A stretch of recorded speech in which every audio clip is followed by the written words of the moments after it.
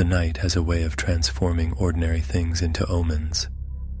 A rustling leaf becomes a whispered warning. A shadow stretches into a lurking figure. But what happens when something truly inexplicable follows you down a forgotten road? What happens when the darkness doesn't just play tricks on your mind, but reaches out to touch you? I shouldn't have taken the shortcut. That was my first mistake.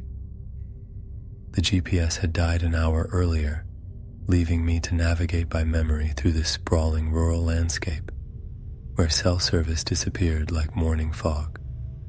The main highway would have been safer, better lit, more populated. But I was already running late for my cousin's wedding rehearsal dinner, and this back road shaved 30 minutes off my drive. As twilight settled over the countryside, the temperature dropped sharply. Farmhouses became increasingly sparse, appearing as distant clusters of yellow windows against the deepening blue. The asphalt narrowed to a 2-lane road flanked by dense walls of pine and oak trees that pressed in from both sides. My headlights carved a tunnel through the gathering darkness. The dashboard clock read 8:37 p.m. I'd be cutting it close. The first time I noticed the vehicle behind me, I thought nothing of it. Just another car sharing this lonely stretch of road. But something about its headlights in my rearview mirror seemed off. They were positioned too high, too wide apart. Vintage, maybe. And they maintained the exact same distance behind me for miles, never closing the gap, never falling back. My fingers tightened around the steering wheel. A bead of sweat trickled down my temple, despite the cool air blasting from the vents. That's when I first heard it, a melody so faint it might have been my imagination. It seemed to come from everywhere and nowhere at once. The radio wasn't on. I checked twice. The tune was discordant, played on what sounded like warped brass instruments, and accompanied by a scratchy, looping percussion. It reminded me of carnival music slowed down and reversed. At the next bend, I caught a better glimpse of the car. Bulbous fenders, chrome gleaming dully in the darkness. A classic model from the 1950s, with what appeared to be speakers mounted on its roof. The melody grew slightly louder, more distinct, notes bending in ways that made my skin prickle. I swallowed hard against a suddenly dry throat. My heart thumped against my ribs as I pressed the accelerator, increasing my speed from 55 to 70. The vintage car matched my pace perfectly. The next curve revealed a rare sight, a gas station, its fluorescent lights humming in the darkness. I signaled and veered into the lot, tires crunching over loose gravel. My pulse hammered in my ears as I watched the rearview mirror. The old car drove past, music briefly swelling before fading as it disappeared around the next bend. I sat there breathing heavily, trying to convince myself I was overreacting. Just some local with an antique car and bizarre taste in music. The elderly attendant asked if I needed anything besides gas. I inquired about the old car with speakers. His weathered face remained blank as he shook his head, mentioning that I was the first customer he'd seen in 3 hours. Back on the road, my shoulders gradually relaxed as miles passed without sign of the vintage vehicle. The digital clock on my dashboard flickered momentarily, numbers scrambling before settling back to normal. A faint static hissed from my speakers, though the volume was turned down. I rounded a sharp curve, and my headlights swept across something that made my blood freeze. There it was, the antique car parked on the shoulder ahead, its chrome details catching the moonlight. Large speakers perched on its roof like grotesque growths, emitting that same twisted melody, now clearly audible. No lights, no driver visible through the windows. My mouth went bone dry. I slowed instinctively, foot hovering over the brake pedal. Don't stop. Don't stop. Don't stop. I sped past, stealing a glance as I did. The driver's seat was empty, so was the passenger's. Yet the music continued to play, notes bending and warping unnaturally. In my side mirror, I watched the car recede into the distance until the darkness swallowed it completely. My relief lasted exactly 3 minutes. The headlights reappeared behind me, impossibly, though I'd passed no turnoffs where it could have re-entered the road. My hands began to tremble so badly I could barely keep the wheel steady. The speedometer needle climbed as I pushed harder on the accelerator. 80, 90. The engine whined in protest. The gap between us remained unchanged. That damned music grew louder, seeping into my car like smoke under a door. My vision blurred at the edges. The road ahead seemed to ripple and warp, mirroring the distorted melody. I blinked rapidly, trying to clear my sight. When I glanced back at the mirror, the car was gone. A hysterical laugh escaped my throat. Had I imagined the whole thing? Was I more exhausted than I realized? A mile later, I saw it again, parked on the shoulder, waiting. This time, as I approached, its headlights flickered to life. I swerved into the opposite lane and floored the accelerator, tearing past without looking. My heart pounded so violently I thought it might crack a rib. Sweat soaked through my shirt despite the air conditioning running at full blast. The pattern repeated twice more. Each time the music grew more distorted, more invasive. Each time the car would disappear from behind me, only to reappear ahead, as if it knew where I was going before I did. Finally, I spotted a motel sign glowing in the distance. I veered into the parking lot, tires squealing, and killed the engine. For several minutes, I just sat there, gulping air, watching the road. Nothing followed me in. At the front desk, I struggled to keep my voice steady while checking in. The clerk looked concerned as she handed me the room key, asking if I was feeling all right. I blamed it on a long drive and too much coffee. In my room, I triple-checked the locks before collapsing onto the bed. Sleep seemed impossible, but exhaustion eventually pulled me under. I awoke to darkness, disoriented. The digital clock by the bed read 3:17 a.m. Something had woken me. A sound. That's when I heard it. The faint, distorted melody drifting through the thin walls. I froze, unable to breathe, unable to move. Slowly, I rolled off the bed and crawled to the window, lifting the edge of the curtain just enough to peer outside. The parking lot was empty except for my car and the clerk's sedan, but the music continued, growing neither louder nor softer. It seemed to come from everywhere at once. I spent the remainder of the night huddled in the bathtub, lights on, listening to that twisted melody until dawn filtered through the small bathroom window. When I finally gathered the courage to leave, I found something tucked under my windshield wiper. A yellowed photograph of a young man standing beside the vintage car, speakers mounted on its roof. He was smiling directly at the camera. His face was mine. On the back, written in faded ink, September 17th, 1957, still driving. The date was exactly 68 years before today.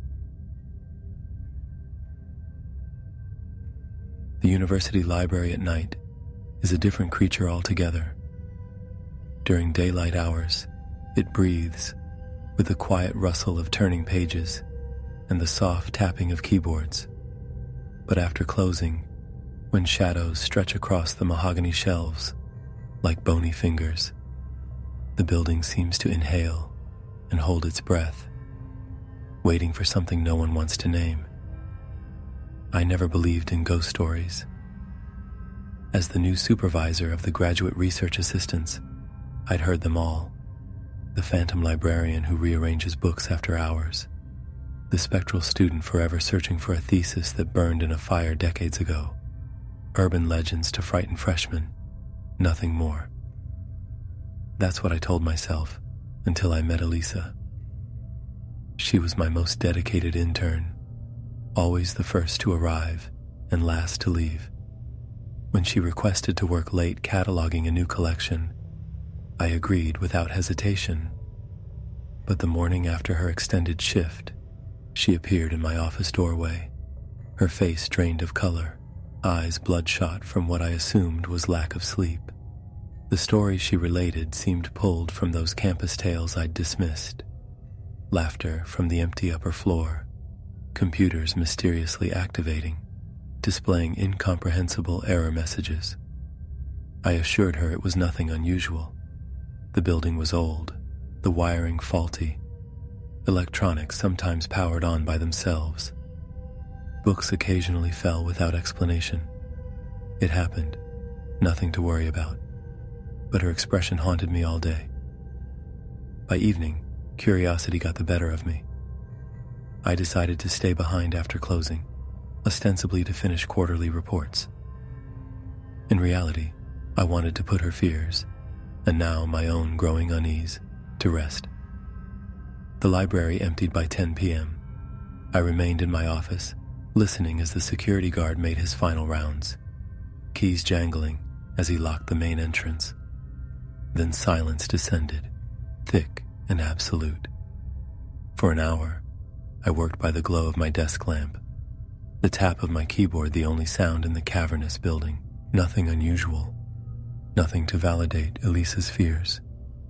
I was beginning to feel foolish for staying when the first anomaly occurred. The temperature dropped suddenly, not the gradual cooling of a building's air conditioning cycling, but an abrupt plunge that sent goosebumps racing across my skin. My breath clouded before me, impossible in April, even in our old building with its temperamental climate control. I rose from my desk, heart quickening despite my attempts at rational explanation. The library was 3 stories of Gothic Revival architecture, with vaulted ceilings and narrow windows that admitted minimal moonlight. The main floor where I stood housed general collections and computer stations. Above me, the second floor contained rare books and archives. The third floor was administrative offices, empty at this hour. That's when I heard it, a sound like distant laughter, muffled but unmistakable. It came from above. My rational mind supplied explanations. A janitor working late, a student who had hidden to stay after hours, an open window catching the wind. But my body responded with primal warning signals. A spike in my pulse, sweat beading along my hairline despite the chill, a tightening in my chest that made each breath shallow and insufficient. Still, I had to investigate. I couldn't leave without knowing. The staircase to the second floor creaked under my weight. The motion sensor lights flickered reluctantly to life, illuminating the stacks and pools of sickly fluorescence that did nothing to dispel the darkness gathering in corners. I called out, my voice echoing among the shelves. No response. I searched the entire floor methodically, my footsteps loud in the silence. Nothing. No one. I was alone, or should have been.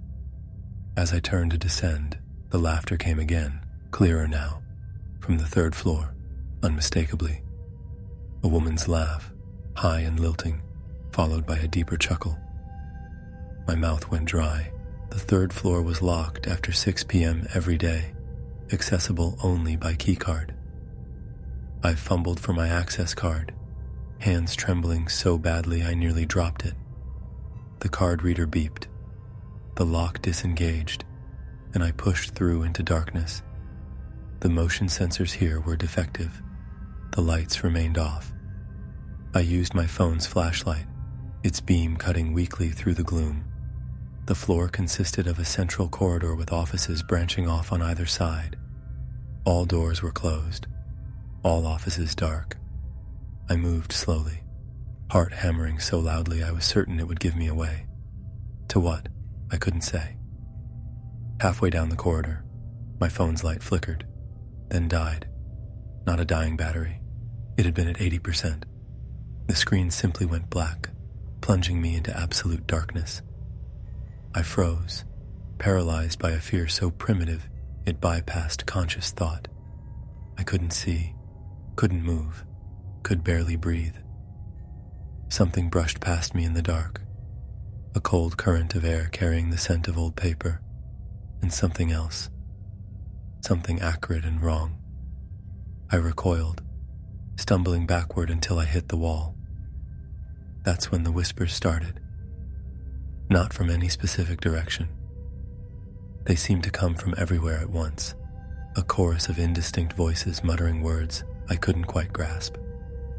The sound crawled up my spine like ice water, raising every hair on my body. I fled, groping blindly through darkness, finding the stairwell by memory alone. I practically fell down the stairs, desperation overwhelming caution. When I reached the main floor, I ran for my office, seeking the familiar, the safe.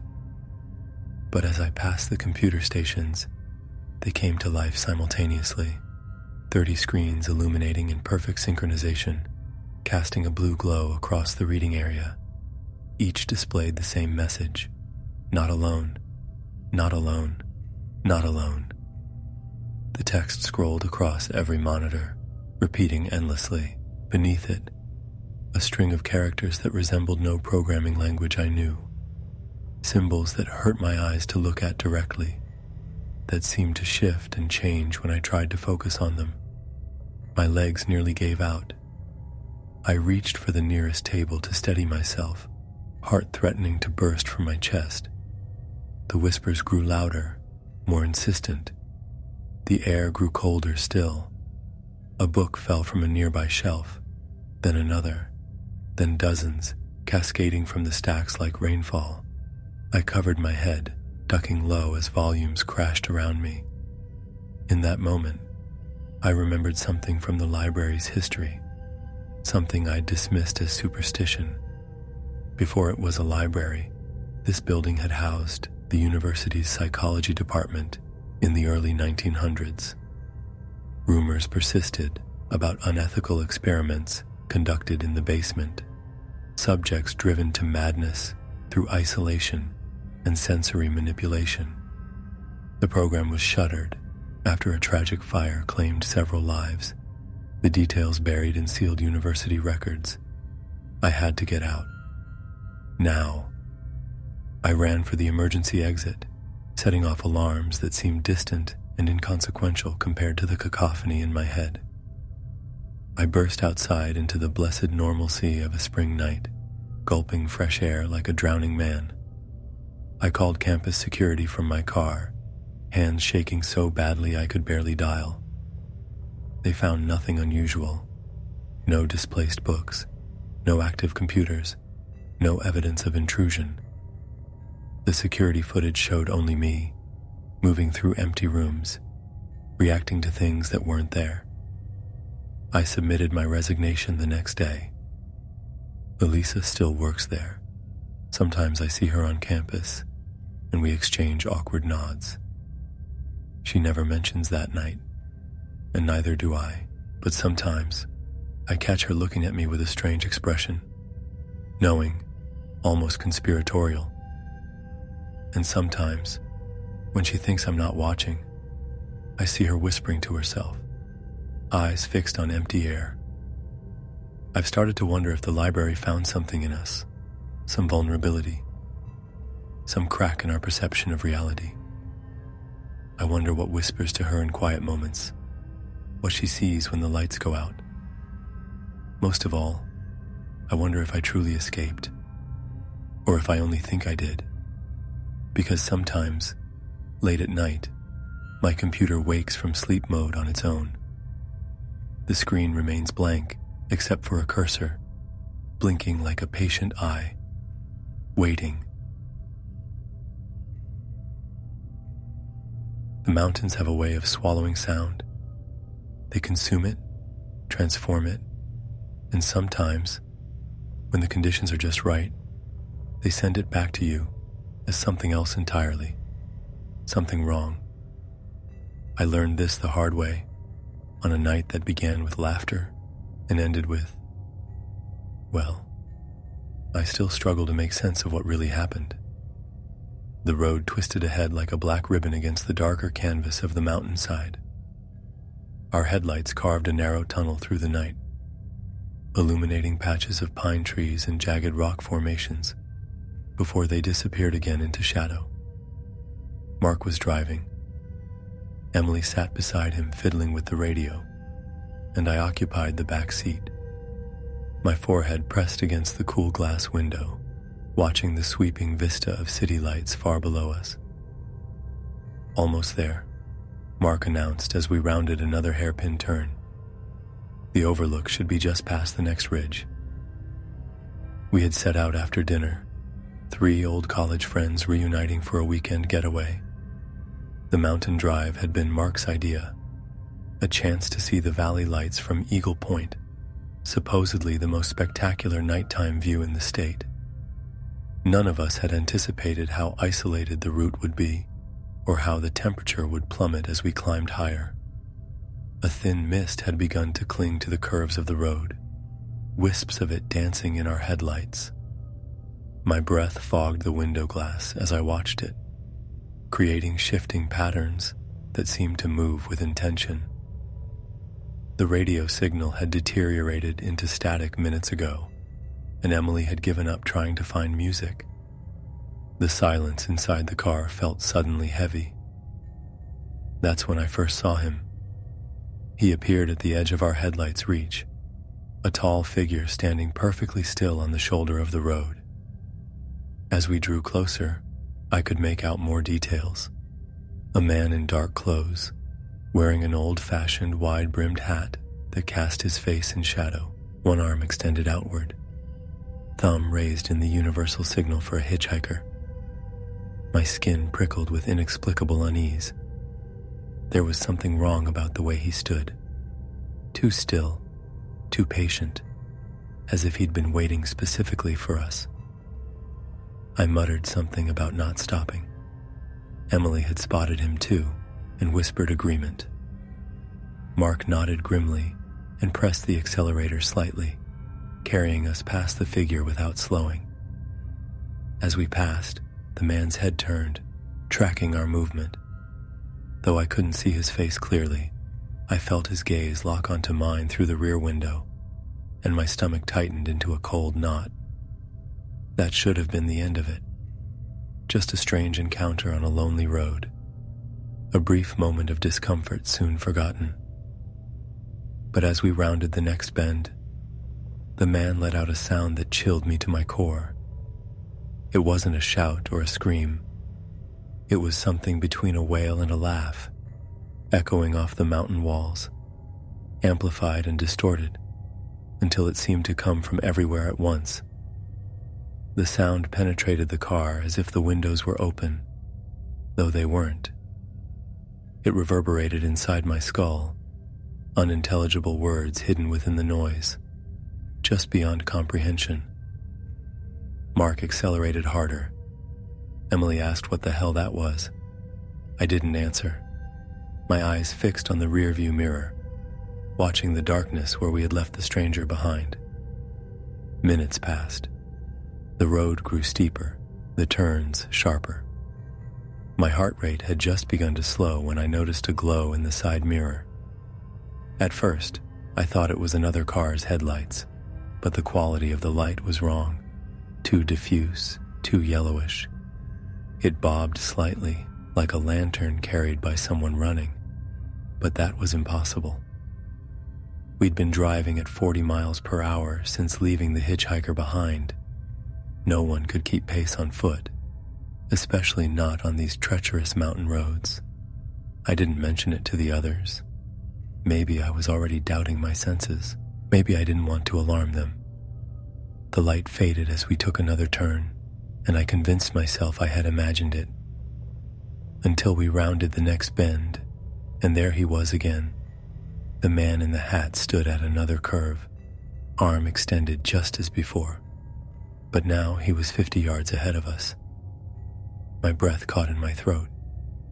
The car's temperature seemed to drop several degrees in an instant. Cold sweat beaded on my forehead and trickled down my spine. Mark swore, swerving slightly before straightening the wheel. Emily asked how he could possibly be ahead of us. I felt my mouth go desert dry, my tongue sticking to the roof of my mouth as I tried to formulate a logical explanation. We sped past him again. This time I didn't look at his face. I didn't want to know if he was smiling. The next few miles became a nightmare loop.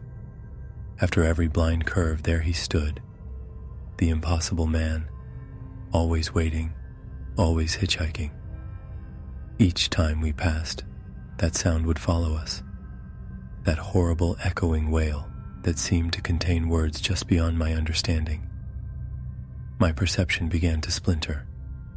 The dashboard clock jumped forward 10 minutes at once, then seemed to freeze entirely. The distance between curves stretched and compressed unpredictably. Mark's knuckles had gone white on the steering wheel. Emily had stopped asking questions, her face a pale oval in the dim interior light. I noticed other details that heightened my growing terror. Each time we encountered the man, subtle changes had occurred. His clothes seemed more tattered, his stance more hunched, the darkness beneath his hat brim deeper, as if his face was receding, or perhaps was never there at all. When Mark announced in a strained voice that we were turning around, heading back down the mountain, neither Emily nor I protested. The overlook no longer mattered. We just wanted to escape the oppressive presence that seemed to have claimed this road as its territory. The car lurched as Mark pulled a harsh three-point turn on the narrow road. My stomach lurched with it, bile rising in my throat. For a moment, the headlights swept across the trees beside the road, and I could swear I saw dozens of wide-brimmed hats swaying among the branches. Though when I blinked, there was nothing but pine needles dancing in the wind. We began our descent, and for a blessed few minutes, the road remained clear. I felt the knot in my chest begin to loosen. My breathing slowed. Perhaps we had passed whatever invisible boundary marked this entity's domain. Then Emily screamed. In the center of the road ahead, the man stood with arms outstretched, blocking our path entirely. Mark slammed on the brakes, sending us into a controlled skid that stopped mere feet from the figure. For the first time, I clearly saw what lurked beneath the hat brim, illuminated fully by our headlights. Nothing. Absolutely nothing. Where a face should have been was only empty darkness, deeper than the night around us, like a tear in the fabric of reality. Yet somehow I knew it was looking at me specifically. I felt its attention like ice water in my veins. What happened next remains fragmented in my memory. I remember Mark reversing frantically, then accelerating forward along a different fork in the road. I remember Emily sobbing quietly, her hand pressed against her mouth. I remember the sensation of being watched from every direction at once, as if the entire mountain had become a single malevolent entity, focused entirely on our small, vulnerable car. Hours seemed to pass as we desperately navigated unfamiliar roads, always descending, always moving away from the heights where we'd encountered the man in the hat. The sky began to lighten imperceptibly, the first hint of dawn, bringing with it a gradual return to rationality. We eventually reached the main highway, rejoining civilization as the sun crested the eastern ridges. None of us spoke about what we had seen. What could we possibly say? How could words capture the profound wrongness of our encounter? Years have passed since that night. I've researched local legends, spoken with historians of the region, even consulted with a parapsychologist once. The mountains have their stories, hikers who vanish, drivers who report lost time, strange figures seen at dusk and dawn, but nothing quite matches what we experienced. Sometimes, on foggy nights, I still wake believing I hear that echoing wail carrying through the air. And when I drive after dark, I find myself checking the rearview mirror more often than necessary, watching for a faint glow that might be gaining on me, curve by impossible curve. The only thing I know with certainty is this: if you're ever driving those mountain roads at night and spot a figure in a wide-brimmed hat asking for a ride, don't stop. But more importantly, don't look back.